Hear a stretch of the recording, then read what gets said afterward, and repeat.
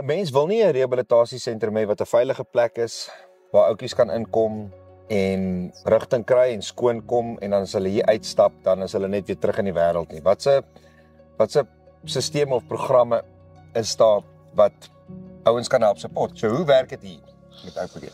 So ons het ook aan die begin net primêre rehabilitasiesentrum gehad en net mense gehelp binne in die sentrum en soos wat dit gevorder het ek gesien maar die ouens kom terug. So het ons begin ons doen nou ons eie, ons noem dit phase 2. So waar ons na die mense dan nou ons volg met hulle op en kyk waar hulle is en hoe dit gaan en Natuurlik 'n belangrike ding is jy moet in 'n kerk.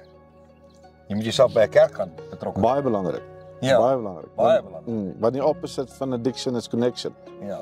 So it's to have connection Ja. and community. Dis nou baie interessant. So ons het altyd gedink die teenoorgestelde van addiction is recovery.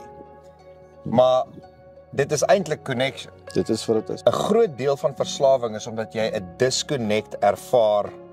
Eers as met die Here, met die mense om jou, met die mense waarvoor jy lief is en so. En dan wat belangrik is dan weer om soliede verhoudings te bou. Want as jy daai connection het, dan ontstaan daar iewers skielik betekenis. Ja. En dis daai betekenis en purpose wat jy weggaan van addiction af. Speel 'n groot rol.